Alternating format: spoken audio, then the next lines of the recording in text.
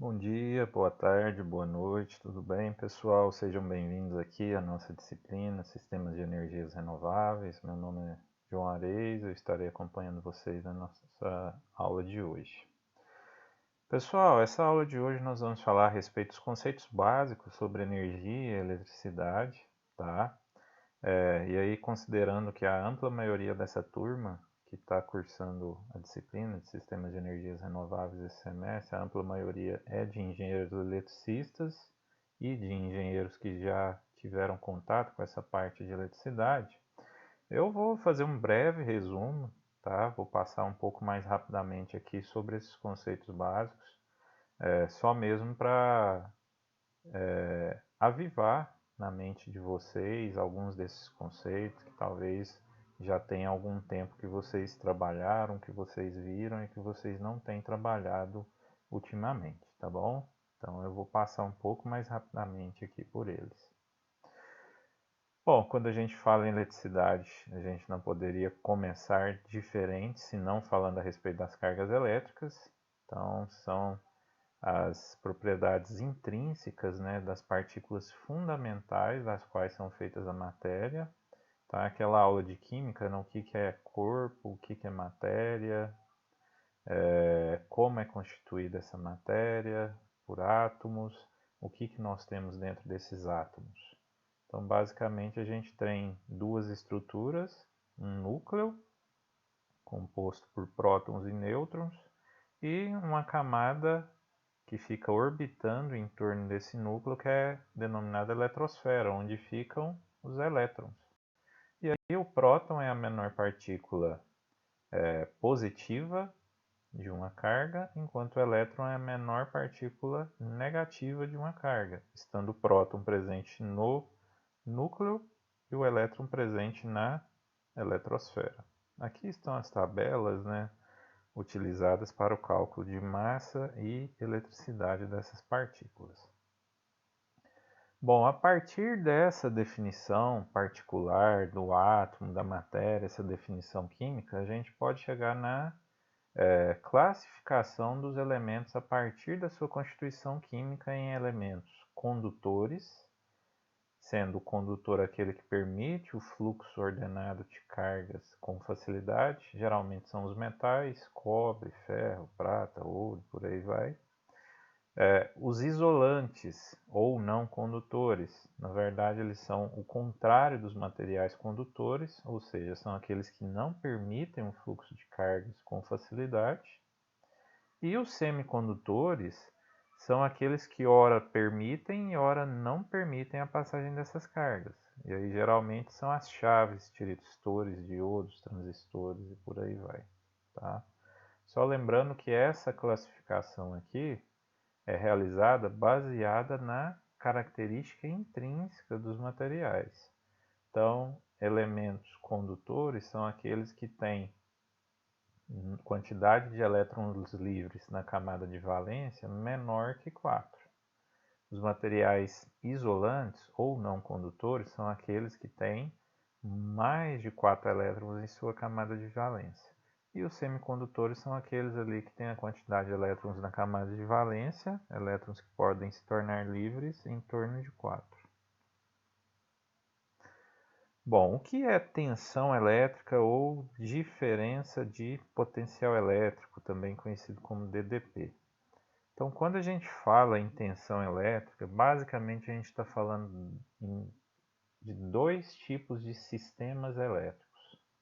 Aqueles produzidos por fontes contínuas, são as pilhas, baterias, painéis fotovoltaicos, geralmente usando essa simbologia, e aqueles produzidos, né, através de fontes alternadas para sistemas alternados.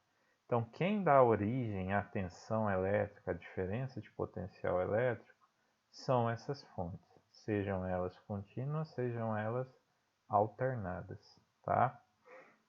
E aí a definição de tensão elétrica, né, vai ser o trabalho por unidade de carga contra o campo elétrico para que essa carga se movimente até um lugar qualquer. Em outras palavras, quando você estabelece uma diferença de potencial elétrico em um condutor ou em um equipamento, você consegue realizar um trabalho sobre uma determinada carga, sobre uma determinada partícula.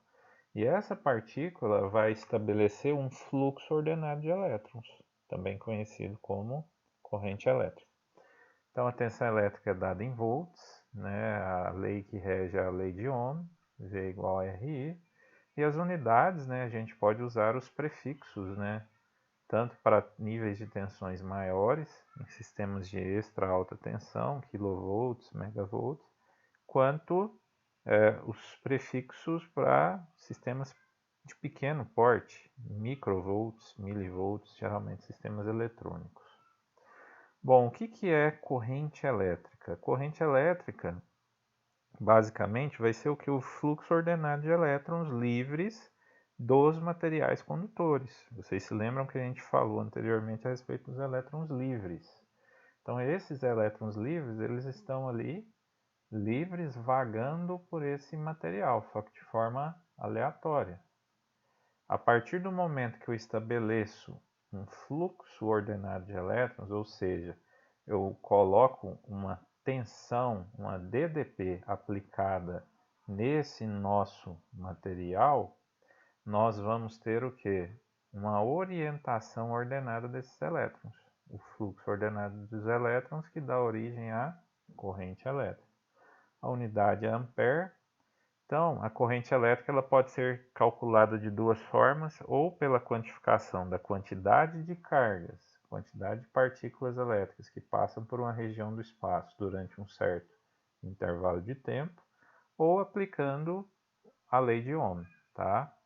Fazendo a tensão ou diferença de potencial pela resistência. As unidades também você pode trabalhar tanto com os prefixos para grandes correntes, quiloampere, megaampere, até para unidades de pequenos sistemas, que são microampere e miliampere. Bom, falar um pouquinho da resistência elétrica. O que é a resistência elétrica? A resistência elétrica, quando a gente fala nela, a gente está se referindo ao quê? À oposição ao fluxo de carga, ao fluxo de corrente em um determinado circuito. Então, quando a gente pensa em resistência elétrica, eu peguei aqui 3 exemplos, né? Resistores eletrônicos, a resistência de um chuveiro elétrico e uma resistência qualquer de uma churrasqueira, de um equipamento qualquer para aquecimento. Basicamente, qual é a característica da resistência elétrica? Para uma dada tensão aplicada, você vai ter uma corrente aplicada correspondente. E aí, à medida que você aumenta o nível de tensão, o nível da corrente aumenta proporcionalmente, ou seja, de forma tal que a resistência se mantenha constante ao longo do tempo. A unidade de resistência é ohms, e aí você pode trabalhar também tanto com os prefixos para grandes resistências quanto para pequenas resistências. Pessoal, obrigado, tá, pela participação de vocês nesse bloco e eu aguardo vocês para o próximo bloco. Até lá.